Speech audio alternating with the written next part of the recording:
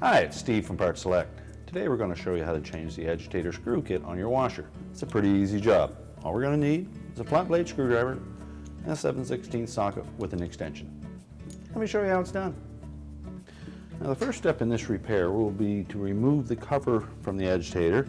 It's just a friction fit, so you may be able to grasp it with your fingers. If not, take a flat blade screwdriver, and there's an opening there that you'll find to slide the blade into.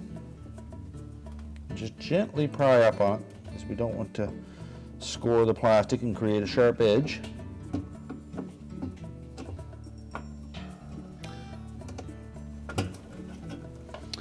Remove that cover.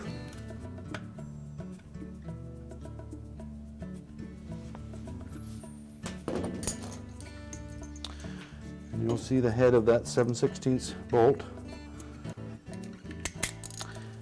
Our extension. Grasp the agitator with one hand, loosen that bolt.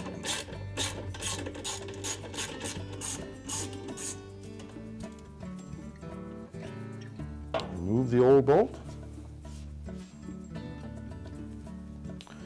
And the new one comes with some thread locker already on the threads and a rubber gasket.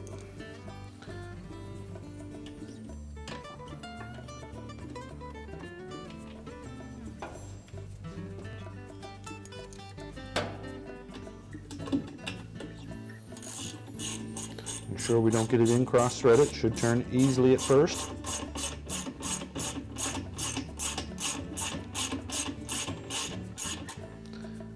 We'll tighten it until the rubber gasket starts to compress. And we'll replace our cover. Snap it into place, and our repair is complete. That's just how easy it is to change the agitator screw kit on your washer. Thanks for watching, and good luck with your repair.